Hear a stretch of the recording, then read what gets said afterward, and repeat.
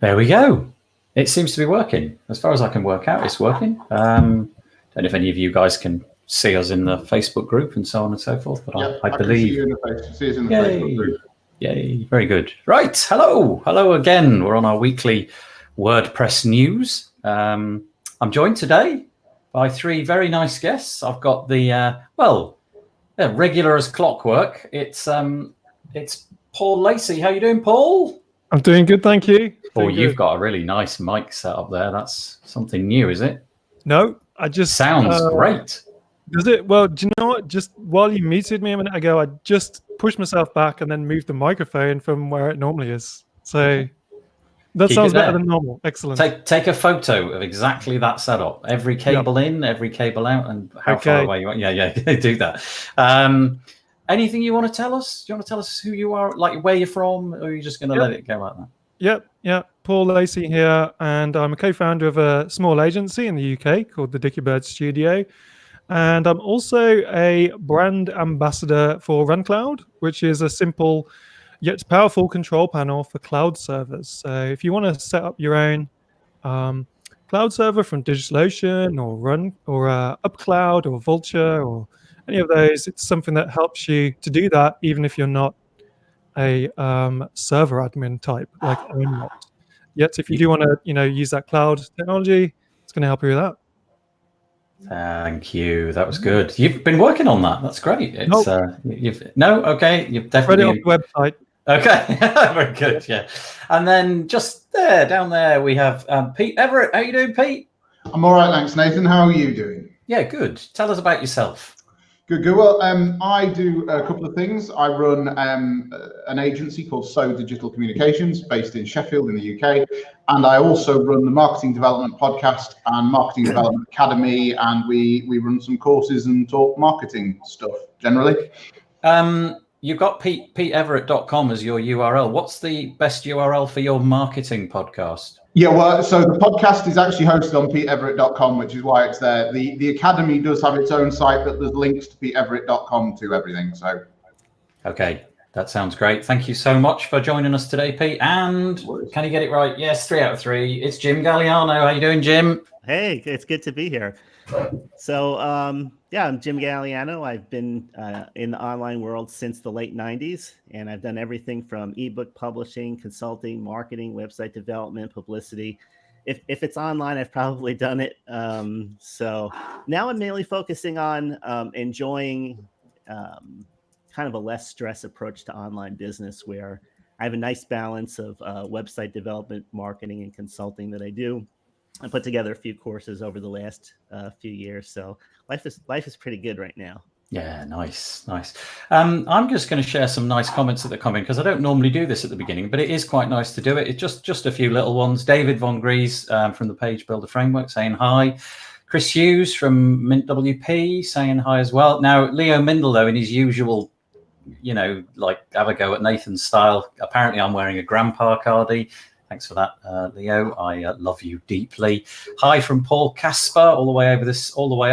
Now, I think Adam Warner that we've got here might be the GoDaddy guy. Hi there, Adam. And then we've got Pete from Connecticut, USA, and we've got Heinrich as well. And they've all made a comment. Now, what I would say is, if you want to make a comment, the plan is this. Go to either wpbuilds.com/live, where you'll see the Facebook comments buried below. Or you can click the red button and the comments will pop up. Or you can go to wpbuilds.com/Facebook, which will enable you to join our Facebook group. And it's live in there, and so you can use the comments. And hopefully I'll be able to put those comments up on the website. Who else have we got? Oh, yeah. Jeffrey Karandang says hi as well. He's behind Editor's Kit and a whole bunch of other stuff. So hi, Jeffrey. How you doing? What else should I say? Probably not a lot. Let's just crack on. I'm just going to firstly say WP Builds WordPress podcast. We put a podcast out every Thursday. We put a news article out every Monday. Not this. There's like a podcast news episode, which I put out at 7 o'clock UK time. And you can find it if you go to this button here on the website and then click News Archive. You get to this, and this is the audio news archive. It's about half an hour long. And the one that we talk about each week is the top left. So in this case, it's number 92.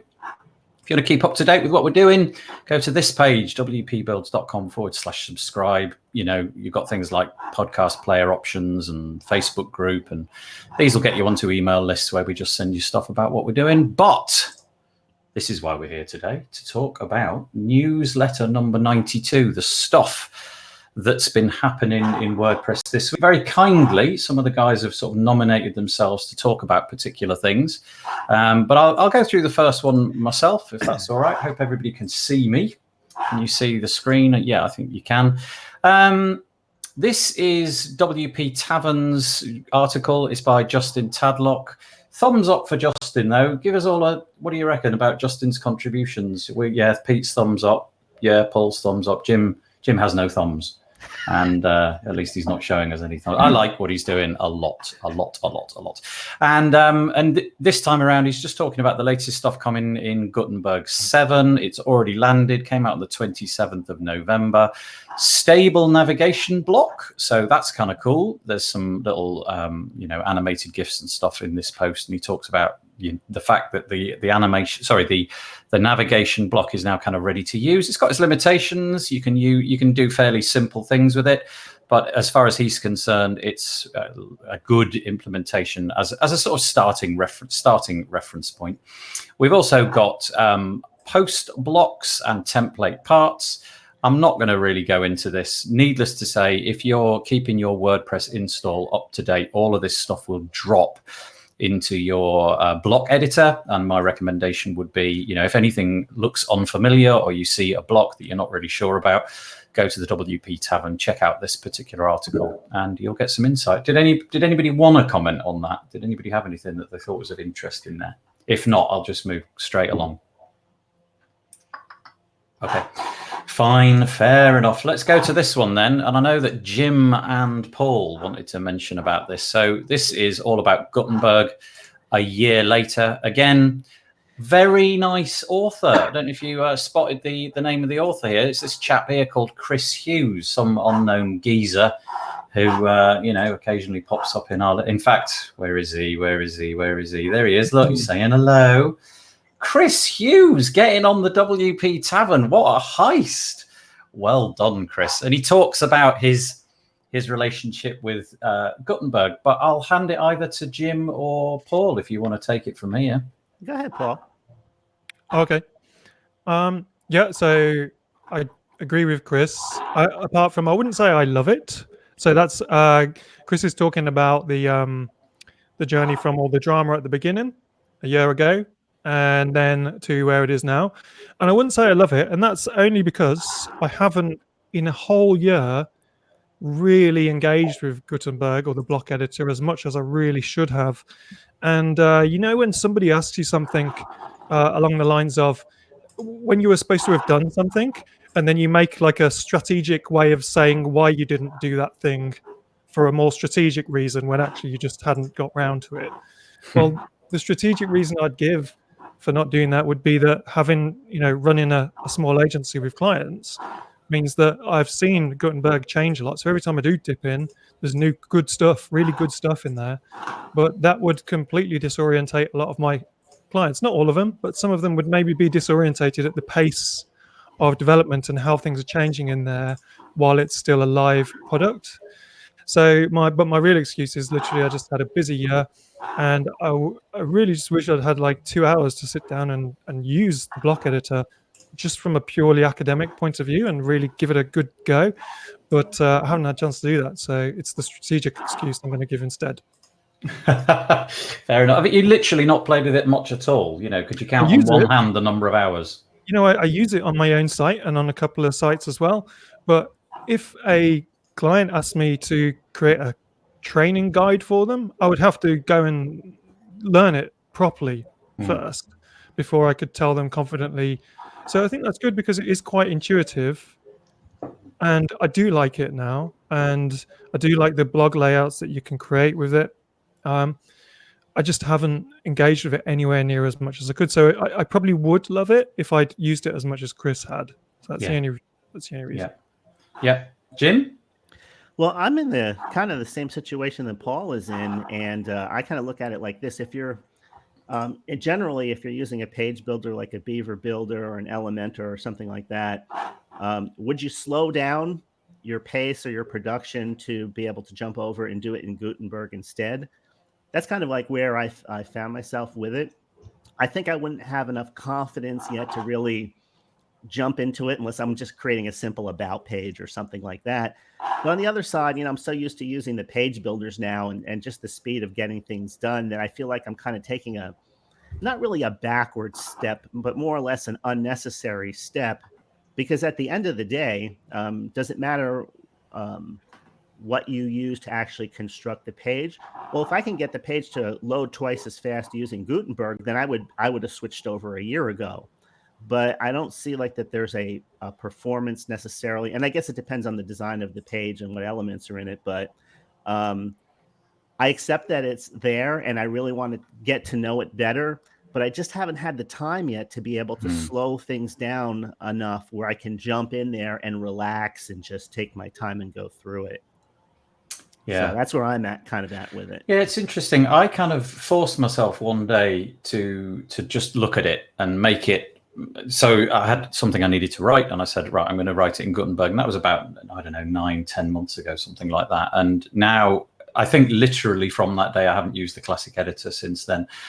Strangely enough, on WP Builds, I've got the classic editor installed. And now every time I create a post, because classic editor is installed, I have to actually create a post and then tell it to use the block editor, which is a bit strange. I should just uninstall it, but the fear of unexpected consequences, I simply don't. And I'm all in. If you're writing a piece of text which looks like that, or it's got images embedded in it like that, then it's supremely better than using the classic editor. In terms of using complicated layouts for pages and all of that stuff, I'm just not using it for that. So I can't really speak of any great experience. But if you're writing long form content like this, it's great. And a notable update in 7.0 was the ability for paragraphs. So all of these will be paragraph blocks. And as Justin Tadlock is writing them, there'll be some little arrows just at the side here. And you can make them move up and down. And it was a bit janky before, and they've improved that now and everything scrolls. So it's all really smooth and liquid. And there's also this typewriter mode now as well, so that if you were to approach the bottom of the screen and you were typing in this paragraph just here, it will auto scroll everything up the screen so that you don't have to use the mouse. And that's quite a nice feature as well. So I'm loving it. I'm absolutely loving it. But yeah, I can understand why. Now, strangely, I have actually kind of got into the next article somewhat accidentally, because the next one I wanted to touch on was this one on the WP Tavern. And I know that Pete wants to take this, as well as, who is it? Is it Paul as well? So Pete and Paul, you might want to lead on this one. But essentially, I've got an article on the WP Tavern again, Justin Tadlock again, and it's the initial documentation for block-based WordPress themes proposed. So this is the very, very beginnings of what it might be like to create entire websites with the block editor. And I'm going to get the name wrong, so I apologize. It's Ryad, I'm going to say, Benguela created this initial documentation, and Justin likes it. What do you guys think? Pete, maybe take you first. Okay, cool. So yeah, I think he does a good job overall of sort of giving an overview. The things that sort of stood out for me most of all were he talks about the proposed theme structure for a theme that's coded in Gutenberg, and essentially looks at the similarities and differences between the sort of old school way of doing it and how we're going to do launch a theme that way. I think he just I like the way that he structured it. Ultimately, I think the key theme that he picks up on, which I do agree with completely, is that whatever we do with development into Gutenberg, it still needs to feel like we're developing with WordPress. WordPress is and has always been this thing that just feels good to use, and that's true if you're a developer. That's true if you're just a front end user, if you're a web designer that's using some of the page builders, it's always just felt right. And actually, I think that's one of the things that Justin picks up in this article, that actually with this new structure that they put in place, it still has that feeling, which for me is quite a good indication that it's probably a reasonable place to start. Paul? This article is a good one, and like Pete said, I like the proposed idea and this templating engine and stuff like that. And it just, I read this one a few times and then listened to you talk about it, Nathan, as well, and it made me think about opinions, and what they say about opinions. They're like bum holes. Everyone's got one, But the thing is, you get this comments in the thread which remind me of the exact opposite of what I would type, but are totally valid points. For instance, and if you search in page for page builder, you'll see somebody talks about that this would make page builders useless. And the thing is, I think when there's a new proposed way of doing something like this, then to me, in my bumhole opinion, is that this should be another way of building websites with WordPress. So you've got the traditional way, then you've got another way, then you've got the page builder way. And I think that because we all approach it from a different angle, we're always going to think, oh, this, if you're not using a page builder or you don't even like them, then it's always a great one to, kick the page builders. Or if you're really using page builders a lot, like me, then I'm going to be thinking, don't you go and ruin page builders for me, So Yeah. And it reminds me of the situation with sugar and honey and bees.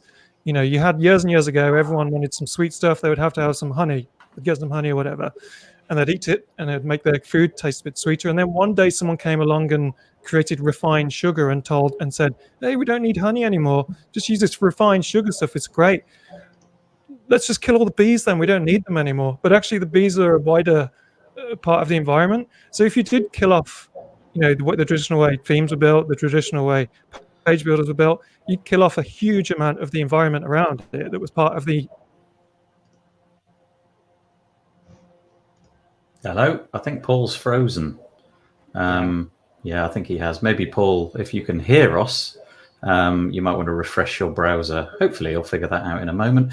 Would one of you two guys, Jim or Pete, see there's a little private chat that we get in the right hand side column? Would you just I think he's figured it out.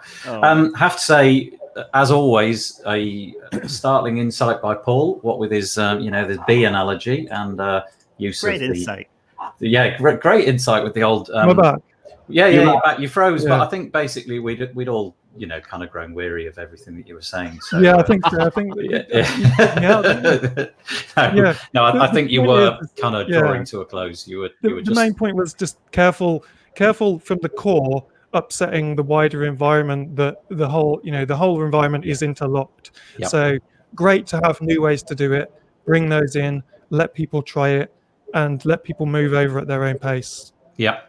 Just on a sort of technical level, the proposed theme structure looks like this. You can see it on the screen. It's pretty. I was amazed by how kind of similar everything looked. Doesn't look that different from the current one. It says the big change is that theme templates would become block templates and block templates parts, and these would be HTML files rather than PHP files, as you can see. So index.html, single.html, and so on and so forth, and header, footer, sidebar.html. So yeah. Interesting. Let's see how it goes. I think for me it's just a holding pattern. Well, let's wait and see what happens. But yeah, go and read it. Obviously, if you're in any way, shape, or form connected with a page builder company or a theme company or anything like that, then this is crucial reading to probably get yourself in that conversation. I believe at the bottom there might be some. Yeah, here we go. There's a link here, open discussion on future of themes. So you can click on this and find out more about it. And obviously you want your skin in the game if you are involved with themes and so on and so forth. The next section that we always do is always to do with community. And we've got quite a few bits of community news this week. And I'll just rip through them because they may not be of great interest to the panel here. Maybe they are, I don't know. If anybody's going to WordCamp Asia, the inaugural WordCamp Asia event, it's going to be happening fairly soon. And we've got round one of speakers. There's some familiar faces on there, as well as some new faces from my point of view. But you can go here and and find out who's speaking and whatnot. Then we've got iThemes, who are announcing their 12 days of giving. That started 4 days ago, and they're giving something away over the next, well, what have we got? Sort of 8 days left. I just thought that was quite a nice antithesis to the all the stuff that we had over Black Friday, where everybody's kind of scrambling to sell stuff, and then the iThemes guys are giving stuff away. It's the stuff that they've got up their sleeve. So it's things like backup body licenses for iThemes and so on and so forth, hosting and blah blah blah. But I just thought that was a nice one. So you can go and get yourself into that if you wish. What else have we got? We've got now, we talked about this last week, and I don't know if we kind of did it to death, but it never made it into the news. This is, of course, the Yoast fiasco, where they put this animated GIF that you can see on the screen into their the admin dashboard. And do you feel there's anything to add? I know that Pete and Jim, you weren't here, but we threw it in at the very last minute, Paul, didn't we? Because it was decent news.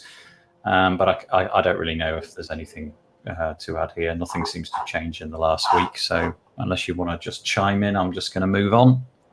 Okie dokie. Go on, somebody. No, I was saying not particularly. I've not got anything on that one. Okay. And then this one just caught my attention. It's TalkMag. They create great stuff. I believe it's TalkMag. This WP Engine, right? They're owned by WP Engine. I don't know. No, Crickets. Okay. And it just goes, it's an article. If you are using Toolset, it's an article about, well, exactly that, how to create a custom website using Gutenberg block. Well, Gutenberg block, it sounds like it's, like it's something official, but it's actually, they're talking about Toolset blocks, and it's a tutorial of how to use Toolset blocks to create a page. And I just thought that was worthy of sharing. I don't think there was anything else in there. Oh, yes, I've missed one, the very top one here, which is that WordCamp. This feels like we've just finished WordCamp 2019. And here we are. We're looking to get a new host city for WordCamp EU 2021. There are a few criteria. Basically, if you want to get your hat in this and you want to nominate your city as the location for WordCamp EU 2021, you've got to have run a successful, it's down here somewhere, I can't remember. You've got to have run a successful WordCamp. Yeah, here it is. Any team that has organized one or more successful WordCamps in a European city with at least one in 2018 or 2019. That's the criteria. These are the possible dates. And that's what you need to do if you want to be involved. But I haven't done any of those. But I'm thinking maybe we should tune Dan Maybe up and get him nominating London. What do you reckon, guys? Do we qualify, Nathan? There was one this year, so 2019. I mean, Europe. We probably wouldn't be in Europe. He's brought Brexit in. When I saw it, I just thought I would love it to be in London, and then I thought most likely situation is at the moment that we won't even be technically part of Europe. So it's called WordCamp EU. Yeah. Good grief. What does that mean? Does that mean we can be in it? Maybe we should start a petition for WordCamp EEA, European Economic Area. That's right. The pithily sounding WordCamp EEA, or in brackets, including Britain. I don't know. That is a really good point. Politics, I suppose, gets in the way. My guess is that EU just fitted, it's just a shortening of Europe as opposed to the European Union. I don't know. Yeah, it's like a globalized area of different countries. Yeah, taking position in a big event for lots of people to go to. Well, anyway, let's see if we can coerce Dan Maybe and Barbara Saul to get nice. London. That would be nice, wouldn't it? There's a few bits of plugin and theme news. This few little nice things. I do apologize about one of these because there's not much I can do about it, but this one. Oh no, this is fine. This one's okay. One of the articles I had to shorten myself in Evernote, and it ended up looking really quirky. Just out of interest, I would be interested. Who uses main WP amongst the panel? I know I do. I do. Jim does. Pete, you do as well. Yeah, yes, sort of. Paul. I'm thinking of switching to it. So that's 3.5 out of 4. Boy, that's not bad. I promised there was absolutely no advance warning of that. Actually, I half use it. Does that count? I have like 40 sites on it, and then the rest are all on what do you call it? Managed WP. Managed WP. Yeah. Okay. Was there any reason why you split it like that? Have you just sort of trialing it out, or? Yeah, I've been doing it that way for about 2 years now. Right. And my final conclusion is I have 0 problems with main WP, and I'm about 80% happy with managed WP. So it's time to move over. Maybe, I don't know. I've got no skin in either game, but I use main WP. I've got an install, and it works great. One of the primary reasons that I use it though is to send this reports. So one of the extensions that I have, I've got there. I don't know what it's called, like the plan where you get everything. You pay and you get all of the extensions that are available. Let's call it the ultimate bundle or whatever. Is the ability to send out client reports. So you can send them out whenever you like on whatever schedule you like, but they're all email based. So you have to create like email table based layouts for sending out emails. And I think they've kind of come to the conclusion that some of their rivals, so for example, I know that WPMU Devs Hub will send out a kind of PDF version. It's nicely formatted and so on. I imagine Managed WP do the same thing. Well, they're going to start doing it in main WP. They're going to have, well, it says here, pre-made professional templates to get you started, HTML reports with always correctly formatted PDF reports, if then built into every tracking option. So basically, you can sort of set conditions on it. And if you don't like it, you can run it concurrently with the system that we've got at the moment. But this is to be beta tested. They recently released version 4 of the plugin, and I think I'm gonna fill out this form when we finished and get myself on it. I'm really happy with it. I have to say, I think it's the perfect solution for me. Okie dokie. Right, what's next? An acquisition. Sort of a benign acquisition. This one, yeah, this is the one. This is the article. Look, I tried my ever so best to get it to format nicely, and Evernote. I get loads of emails, right? Can anybody tell me if this is true or not? Is it mandatory to put a web version of your email newsletter? Is that a mandatory thing, or is that just a nice thing to do? It's not mandatory. It's just okay. Yeah. Well, ones that do a nice email version I can link to. Other ones, like these guys, that don't, I have to clip them in Evernote. And Evernote decided that this was the correct width for this particular article. So if you do click on the show notes, I'm sorry, I spent about 15 minutes trying to get it right. And then in the end, I thought, I'll blow it. Just look at it on a mobile phone, all will be well. But WP Security Audit Log has been bought by WP White Security. I confess I've never heard of WP White Security, but I have heard of WP Security Audit Log because they came on the podcast. And, coalescing in the WordPress space, this seems to be happening more and more. And WP Security Audit Log is one of those plugins where you can essentially track absolutely every single thing that's happening, on your WordPress website. And obviously they've decided to, I don't know if they've been acquired as in, they're keeping Robert Abella, who's the guy behind it all, on the staff. I don't know.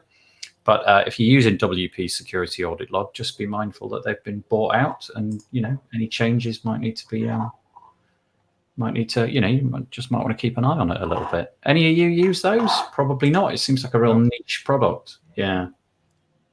Yeah, no, I don't either, to be honest. It's a bit of a quirky one, isn't it? It's not the kind of thing that I get myself involved in. Okay, what's this one? This is blocks. Oh, look. I wonder who wrote this. This little fella here. This is Jeffrey Carandang, who's actually on the call. Right? I don't know if Jeffrey is still on the call, but he was there at the beginning. He's created Blocks plugin unit test, and really it's an article explaining why he's done it and how it might be done. Now it's a little bit on the technical side, but essentially, if you would like to use these. We all know, right? I know that you guys are not using Gutenberg too much, but there's all these like packs, atomic blocks, co-blocks, cadence blocks, ultimate add-ons for Gutenberg, and all these other ones. And there's not really an easy way to sort of test them. And so Jeffrey, being the nice chap that he is, and he's deeply into Gutenberg, he's got editor's kit.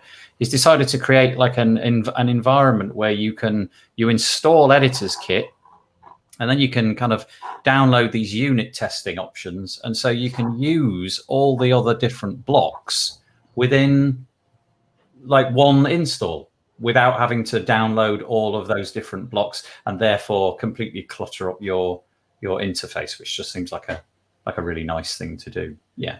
So that's what that's about. So thank you, Jeffrey. Yeah, again. Have you used Editor's Kit, Nathan?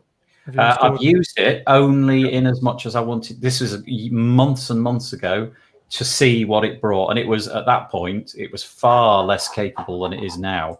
And it was just doing things like showing the ability to change formatting and stuff like that. So it's pretty basic at the time. But have you used it? Probably not. No, I just wondered, like in a nutshell, what is it maybe? So imagine that if you go into the Gutenberg editor and the editing options are really limited. Yes. So you've got things like bold, italics, left align, right align, and whatnot. And Jeffrey's kind of taken the approach that wouldn't it be nice to have? Okay, so this is a complete exaggeration, but imagine something like Microsoft Word. There's just a ton more that you can do, right, in terms of formatting. So he's brought a lot of that in, and it totally feels completely like Gutenberg. You wouldn't really know that you were using something else, and it just brings a load of those features back. But he's also noticed that massive competition in this space. All of these different plugins trying to rival to get themselves into your WordPress install, and he thinks, wouldn't it be nice if we could just test them out before we downloaded them all and tried them all? Yeah, I think I've evaporated Pete Everitt. He's literally vanished. I don't know. On my screen, I'm there twice as well. Are you? Yeah. Yeah. Probably only on my screen. Yeah. If you're using Gutenberg, I think this is quite cool. If you're not using Gutenberg, it's probably not too important to you. And if you're not using Gutenberg, come on, come to the light. Move towards the light. One day. If you actually go to the Editor's Kit website, Nathan, I've just went there, and you can actually test drive it within seconds. It will spin up a you can go into the demo. So I'm just in there at the moment having a little play around, and it's really good. Oh, where's the option to have a play? I found it somewhere. Yeah, but you can see, right? So it's things like rich text format, justifying aligning, clearing formatting, super subscript, underlining, all of that sort of stuff. Making stuff visible, invisible, or with certain conditions, and it just makes Gutenberg a whole load more useful. Yeah. It strikes me that it strikes me as a kind of philanthropic gesture on Jeffrey's part. In other words, let's put a ton of functionality in the block editor and see what the core team do. See if they take any of it on. And I don't know if they will or not, but I'm sure that some of this is just common sense. Why don't we have it? I don't know. Yeah. What happened, Pete? We just wondered if you'd fallen out the bottom of your chair. No, sorry. Despite having notices on the door saying "recording in progress, please do not enter," two people just decided to walk in the room. So, rather than introducing them to the show, which didn't go through my mind, I'll be perfectly frank, I thought I'd best go and kick them out. Hang on. Which of you guys is on a Mac? I'm on a Mac. Oh, Paul.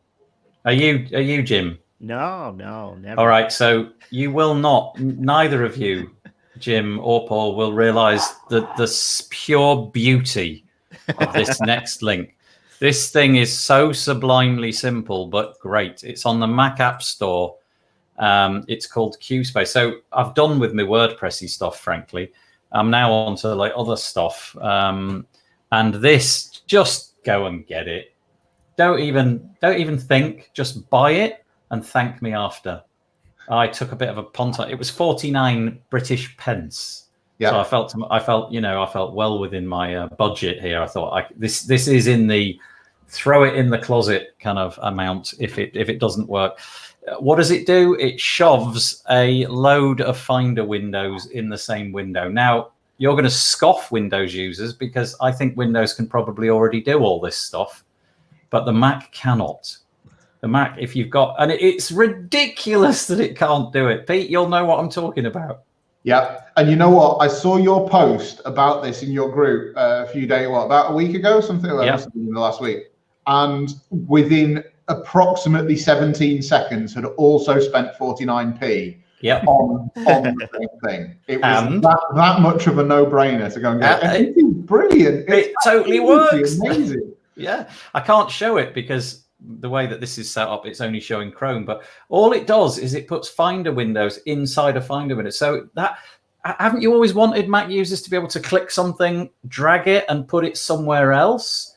Yeah, you have, haven't you? You know you have. Well, now you can do it. So you could have one panel that's showing like thumbnails, one that's showing like what's it even called, like the column view, and one that's showing a detailed list view. It just go buy it.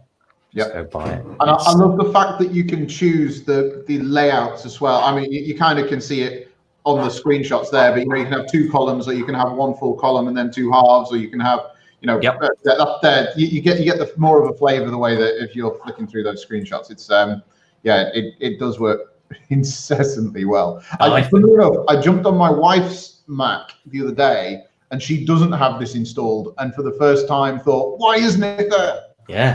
Yeah, so there you go, ladies and gentlemen, boys and girls. You now have to go and buy this, everybody. Just a little shout out. Chris Hughes loves Editor's Kit by Jeffrey. That's great. And Chris says, being able to use tabs in Finder was a poor attempt from Apple. Yeah, too right. Let's slam Apple. Yeah, no, this is good. It's really, really good. So yeah, just go out and buy it for 50 pence. I'm not going to talk about WP Build's deals page, but I will ask actually, because we've got a couple of people that we didn't have on last week. Jim, how did Black Friday go for you? Either from the perspective of things that you were offering, or from the perspective of things that you acquired. Did you go crazy buying stuff that you didn't need, or? Actually, no. Somebody I know was kind of pushing me towards fewer of the higher end purchases. Like, what is the webinar system that you use? I almost bought it. I mean, I use Big Marker. Yeah, I was this close to Big Marker. I had my toes right over the edge, and I get somebody pulled me back in at the last minute. But no, I only bought Convertful, which is still out there. Convertful.com/deal. I think it's like one more day. And from a seller standpoint, I mean, it was a fantastic Black Friday for me. So, and you know what? I'm glad I did it before Black Friday, because if I had just put it out there, when everything else was launching, I don't know how it would have went. But yeah, so it's a good holiday. Did you find that it was everything it was cracked up to be? Because I've never sold anything, of my own creation online, but you see the hysteria, and you see people getting really cranked up about getting 40% off or 30% off such and such a thing. But I don't really have a window into whether or not it is successful, and we can talk to Pete in a minute about the same thing, because he's got stuff that he sells as well. Black Friday was supposed to be originally, that's when you get out of the red into the black, out of owing into the profits. So that's what the colors are all about. But I mean, realistically, it's just a small period of time, and people run sales all year long now. I mean, there's great deals all year long, and I noticed that these Black Friday deals, compared to the ones in 2018, I don't think they were as good overall, and the prices were significantly more. So that's how I see it this year. Do you did you do well out of it, Pete? Did it make itself felt on the sales of your courses and whatnot? Yeah, it certainly did. I must admit, so this is the first year I've had a product to sell. My course launched back in February this year. So this was the first time for me that I'd onboarded affiliates and sort of did the wider thing. The The last 2 sales that I'd done through the course had been very much through my list, trying to validate the idea and then validate an update that I'd done. So this was kind of the first time that the net had been cast open wide. And it was, look, all I can say is I passed my number that I would have liked to have got to, and then I passed the I'd really like to get to that number. So I certainly can't complain. It did work really well. That's interesting. So you have here's my goal, here's my stretch goal. Do you have a stretch goal? Do you have the ludicrously, I'm going to go out and buy pina coladas for everybody that I know goal as well? No, I didn't. No. I'd really like to get to that number, but I'd be happy if I got to that number, and I got that. Yeah. Oh, well, I'm so pleased. That sounds like it's worked really well. My assumption, Jim, I didn't actually know that it was about getting back into the black. I had no idea where the name came from. And in a way, I kind of just assumed it had come about as a way of getting cheap Christmas presents. And then it had kind of gone online, so that you could literally, in 2 months before Christmas, you could go out and for one day only, there was like a sale, but I didn't realize. In the past, businesses would literally get out of the red for the entire year during that 2 weeks or during that one little stretch of time. There you go. Well, I'm pleased. It's different though now, isn't it? I mean, now there's Green Monday. I think today's called Green Monday somewhere. Did you see any Green Monday specials? Or did you get green as in ecologically green? I don't know. I don't know if they mean green as in money or as in the Yeah. No, I don't know. I suppose you could nature, like magenta Thursday, cyan Tuesday, tartan Wednesday. Who knows? That's fascinating. I'm really pleased that it worked out for you, though. And I know that a lot of plugin and theme and WordPress hosting companies also had the sort of same experience. I presume that we do slightly better being online people. The people that we're selling to are all like largely hooked to their computers most of the day. I don't know what it's like if you're selling like bathrooms or something, but fascinating. Yeah, there you go. Okay, what we got? Fake. This is just a very, very small bit of news. A fake Google domain. This stuff just cracks me up, the length that people go to. So a domain was discovered, and instead, what was it? I can't remember. Instead of it being... Keep on going. There's the good and the bad. I can't remember. There you go. That's it. So this is you probably know that if you get Google Fonts on your site, and you watch the bar at the bottom, very occasionally you'll see the Google Fonts kind of loading, and you'll see it coming from fonts.googleapis.com. Well, somebody bought fonts.googlesAPI.com and then started doing bad stuff with it. I don't even know what it was about, but just the lengths that these guys go to.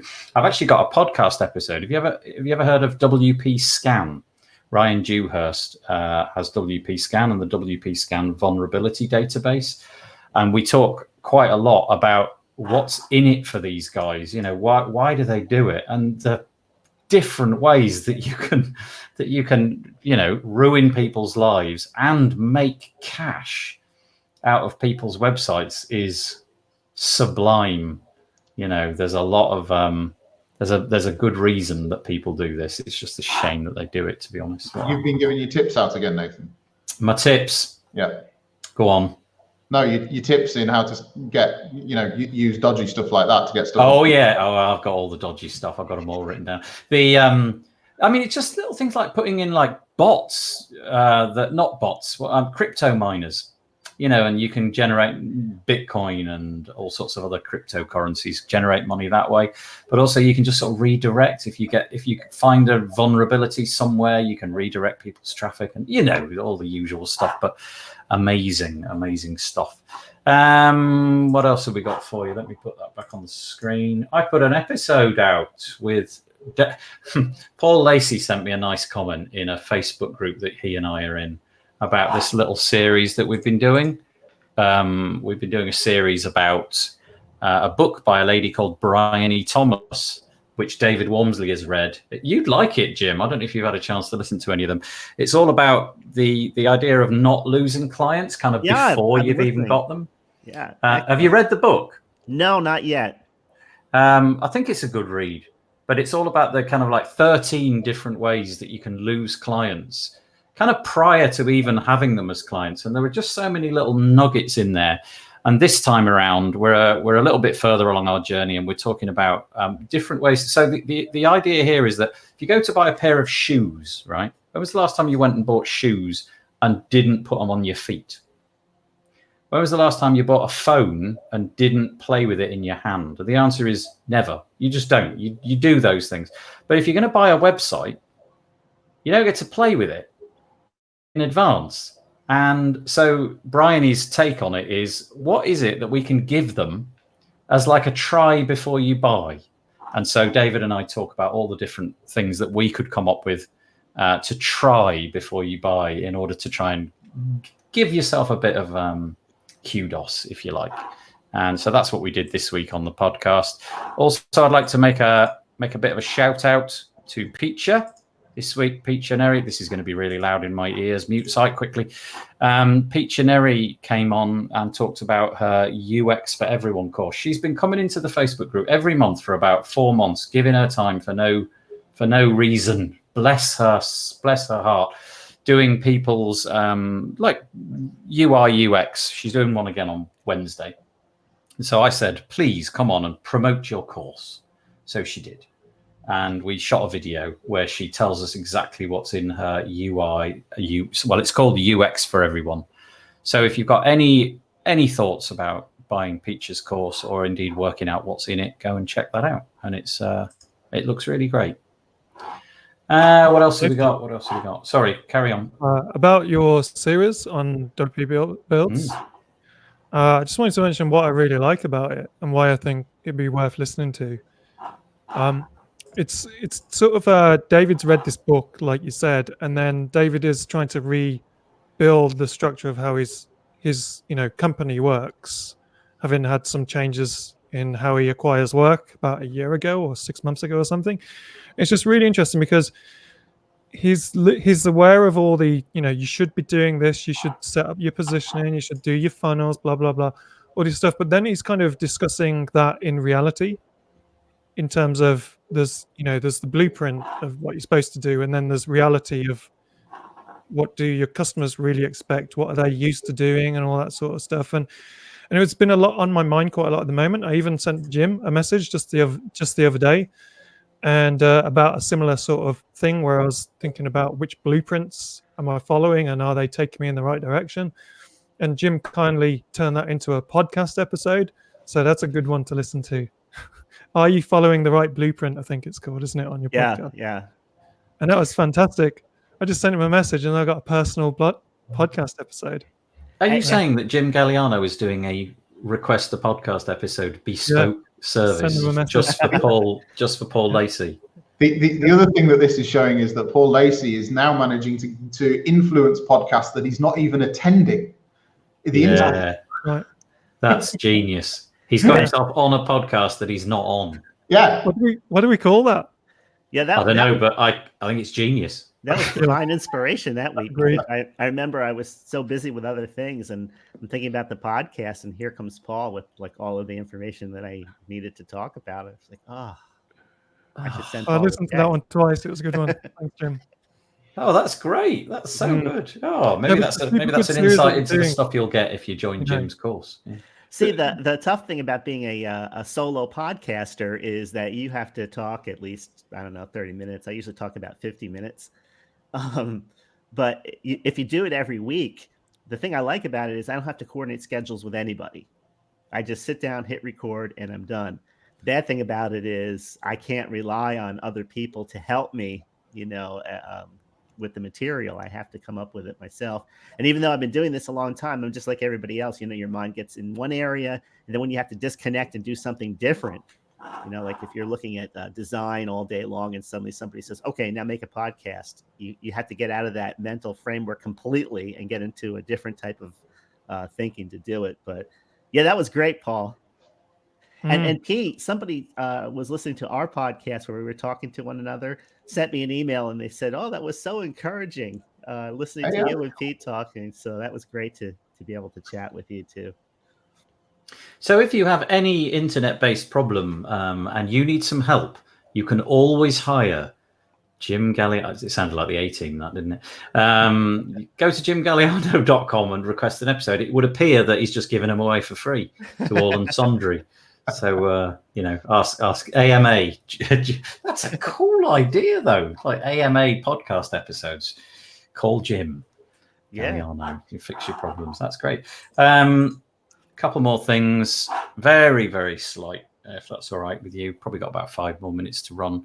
Any of you guys using Content Snare? Well, if you are getting content from your clients with Jim Rose's tool, Content Snare, he's done an update. And if you go to this video, click in the show notes, you'll be able to see exactly what he's changed. He's basically changed a ton of it, and it looks significantly improved. So nice work there, James. Well done. Can I mention something on that one? Yeah, please do. Please do. It's because I just wanted to mention that we helped with this redesign, and it was quite a while ago. It's so good. Yeah, no, it's not like for like what we did, but because we've been a customer of Content Snare from the beginning, and then Jim, as in Jimmy Rose, did hire us to help because we'd always been using it and we'd submitted various content and stuff. And I saw the release of this, and it was really nice to see some of the visuals and stuff in there. And I was also really scared that what we might suggest might actually go wrong. But I've tested it out, and it works a lot better now. And I think if you're watching any of the series that Peacher does on WP Builds, about the UX changes, it was really a user experience change, even though a lot of it was kind of interface, but it's a lot simpler to use. And the customer now, the client, when they're filling in content, they only have to think about one thing at a time. So it's a really nice interface for the client to input data. So just really pleased that it's come out, because I wasn't sure if he was ever going to use this stuff, but he did. So that was good. That is good. So not only is Paul managing to, get himself podcasts made, but he's also managing to, get himself onto the podcast in various other ways as well by changing the UX of a notable SaaS platform. You're having a good week today, Paul, aren't you? I'm having a good week. My car's broke down. Apart from you're having a bad week today, aren't everything you? was going well. Apart from that, yeah. Yeah. What other things have you got to tell us? You're very modest at the beginning, and you knew that all of this was coming up. You said, I'll keep it quiet until. Yeah. That's good. This one, I'm going to move on. Talk about. I'm going to consent to everything. No thanks. Whatever. I like this. I don't know why this hadn't happened before. This is MasterCard have taken a really good position, I think. So. I've fallen foul of this so many times. You've signed up for a free trial and you've accidentally let it lapse. And somewhere in the terms and conditions, it said that they didn't need to notify you. They would put you on monthly billing without your knowing it. So I've done it with Amazon Prime. I've done it with loads of SaaS tools. And it's only when I go back like 2-3 months after the fact, look at my bank statement, like, what even is that? And then I realize I've been paying for it for 3 or 4 months. Well, MasterCard are going to ban that. So they're going to make it so that if you sign up for a trial, and I don't know how they're going to do this, but if you sign up for a trial, the person offering that trial can then not automatically get MasterCard to start a recurring payment after the fact. So I just think that's brilliant. I don't know if anybody else thinks that's brilliant, but I do. It's good. I wonder how it works.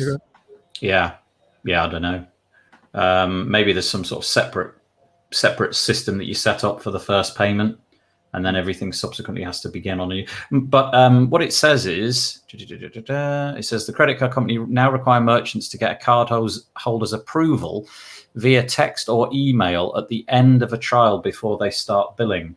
And I don't really know. Presumably, you can't really fight the might of somebody like MasterCard. If you're a little small-time merchant and you're offering, I don't know, a service at $100 a month or something, if MasterCard are 50, 40, 60% of all of the incoming revenue, you can't really afford to mess them about. So you're going to have to stick with their terms and conditions. even if it might be possible to just circumvent them just by sticking them on a monthly payment anyway. I don't know. Interesting though. I like it. I think Very we'll see cool. more of this in 2020.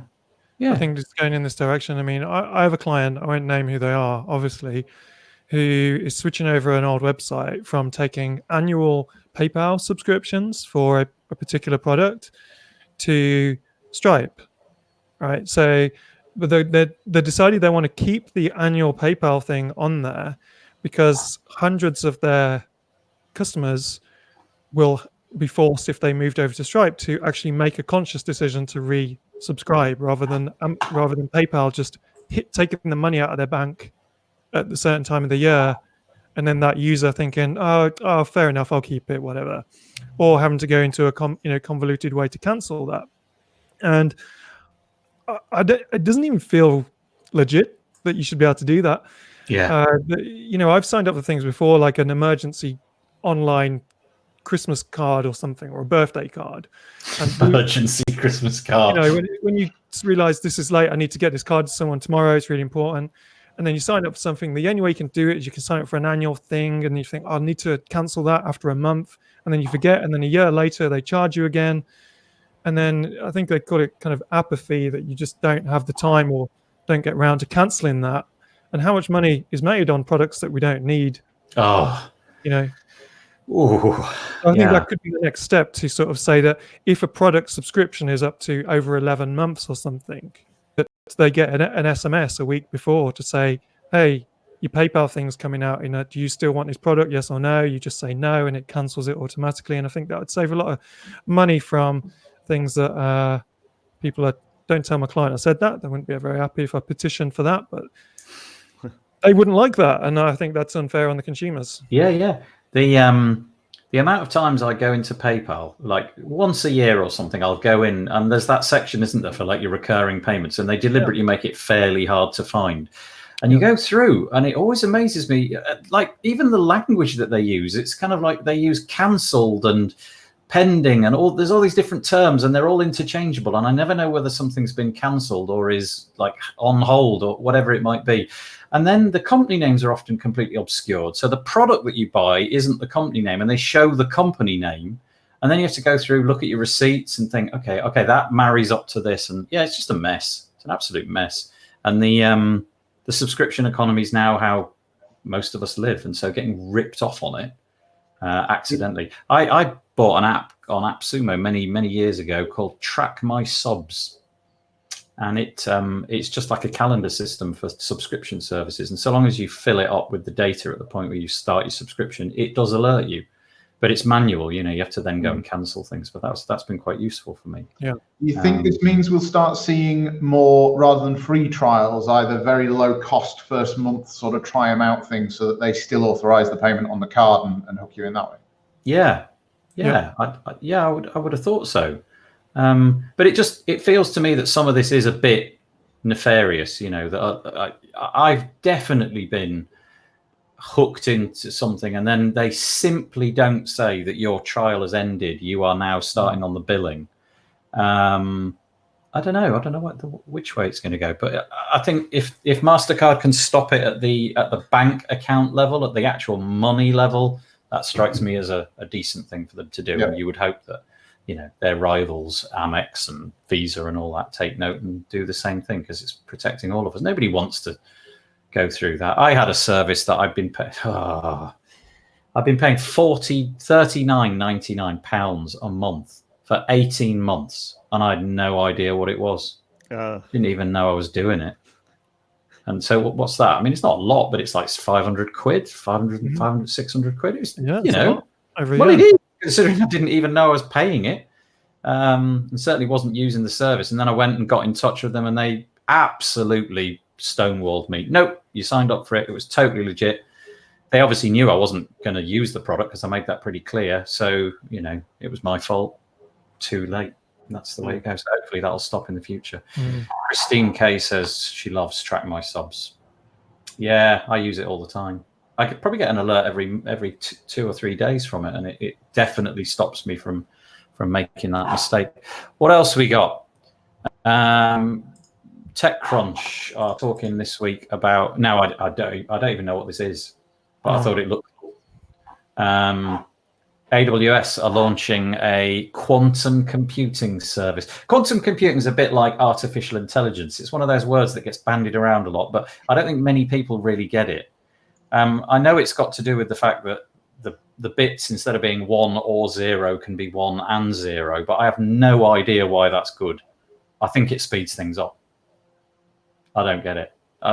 Maybe it's like a liberal piece of, maybe it's like a liberal atom. It can go either way. It's sitting on the fence. Doesn't know whether it's a 1 or a 0, left or right. I've no idea. I'm both. I've been using AWS for years for hosting videos. It works great. Fast. Yeah. It's cheaper than just about any other service that I could find. I love AWS. I use it for sending out emails, but that's about it, really.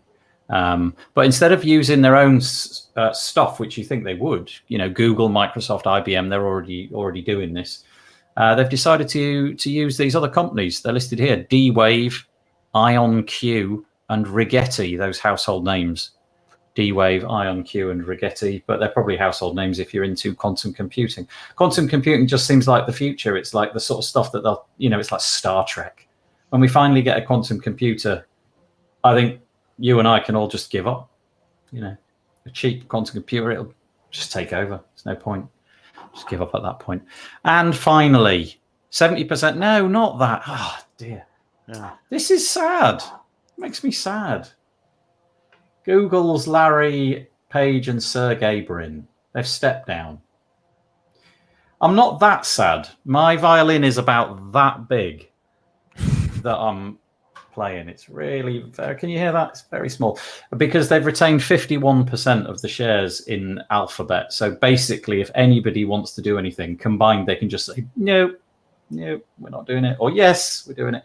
And they're both billionaires as well. So it's just got a tiny bit smaller, that violin. It's ever so tiny now. And anyway, they've stepped down. Sundar Pichai, who's the current CEO of Google, is going to become the CEO of Alphabet. But I wonder. I know the motto was do no evil. I kind of, on some level, think that those blokes meant that. And they're kind of corporate overlords, the market, the shareholder push. I wonder if they turned them into something else. And now I wonder, without their stewardship, if Google will become more of that quickly. I'm done. Anytime anything gets as big as Google, there's the people that started it are just kind of like along for the ride in a lot of ways, I think. I mean, imagine governments get involved and all kinds of things happen. Probably Central Intelligence or MI6 or, depending on what country you're in, all these services probably get involved. And then you kind of look at your company and it's no longer your company, even though your name is there. But when they're getting paid that much money, I guess who cares? They started it in. Let me get the date, because it's not that long ago. It's like 1996 or something like that. I've forgotten. I can't see it. You imagine that. They're like the 7th biggest company on earth. Started in a garage, couple of blokes with a computer, deeply clever. And I think it is fair to say, is this fair to say? Yeah, I think it is. I think more than any other company on earth, they've changed the future. They've made information available to everybody about everything in a way that was utter science fiction when I was a child. If I wanted to know about a butterfly that had blue wings, I had to go to a library, dig out an encyclopedia, pray that I could find it. Usually I couldn't, and then I'd give up. Now you say the Google keyword out loud and you find out the information immediately, and it's usually correct. It's amazing.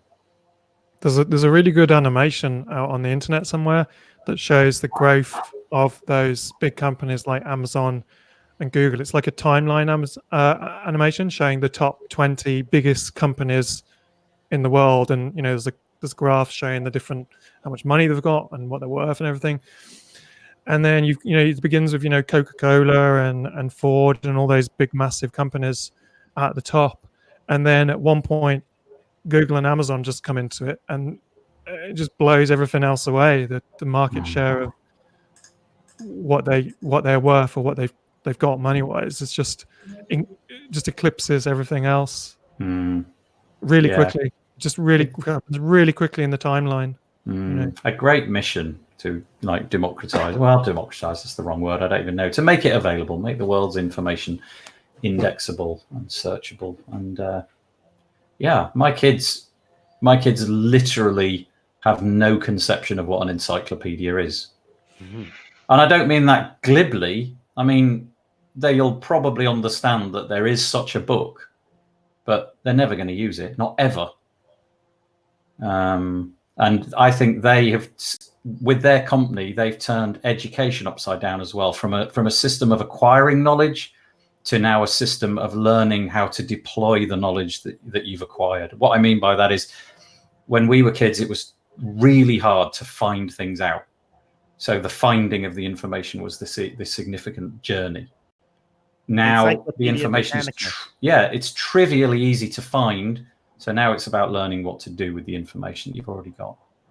Yeah, my daughter, she's 11, nearly 12. She does all her education online now. She has the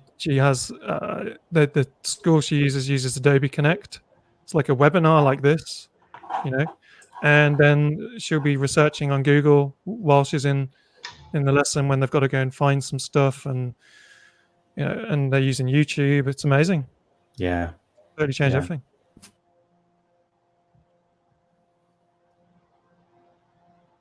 Is Nathan in deep thought, or is he paused? I think he's frozen.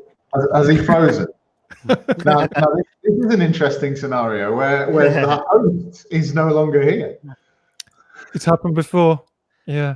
Well, what he normally would do now is, if we're still broadcasting, is ask us what we're doing this week. So we may as well do that, because I think he's done, or he's either deeply in thought about the future. Yeah. So, he's thinking about the old days. Yeah. Before the you internet. Can tell. So Jim, you may as well go ahead. What's the rest of your week looking like? Have you got anything exciting going on? No, not really. There's when you get a project and you get the down payment and then you start on it a week later, or maybe 2 weeks later.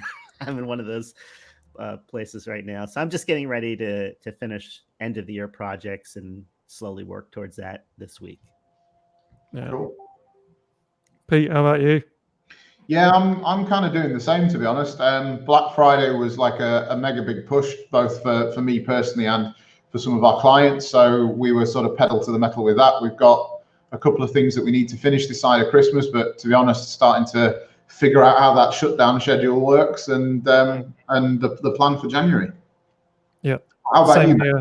Same here. Just figuring out the shutdown schedule. Some of the projects that were getting pushed for this year are now getting pushed to next year by the client's decisions, which is always nice when they do that.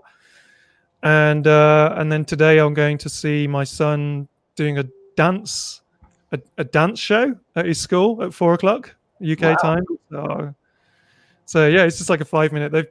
He's 5, and they've been doing like some kind of dance club after school for the last term, and they're going to do the show this afternoon. So I'm looking forward to that. And fixing my car. My car's in the shop at the moment with the warning light on. So see what's up with that. But yeah, just trying to finish things off and slow down, to gently slow down towards a couple of weeks off. Yeah. Great. Well, just Chris, I've not got the ability to put your comment up like Nathan does, because I'm not the host. So if this is still live, Chris Hughes has also mentioned, don't forget Jan Cox WP Agency Summit is still running at the moment. So that's on wpagencysummit.com, I believe. So if you want to check that out as well, I'm sure Nathan wouldn't mind me mentioning that and giving him a bit of a shout out as well. Yep, definitely. I've watched a few of those. Really, the scale of that event is mind blowing. Actually, what Jan has done. Yeah. Good job. So cool. Right. Well, I guess if we all just disappear, this should end. Probably. Yep. Yeah. Nathan said the electrician just pulled the power, is what he's told me on chat. So He's here he is back. coming right now. He's back. And that my is a lot. electrician just, I've got a guy downstairs putting some wires in, and he just pulled the plug on the entire house. So everything went dark. I'm like, what?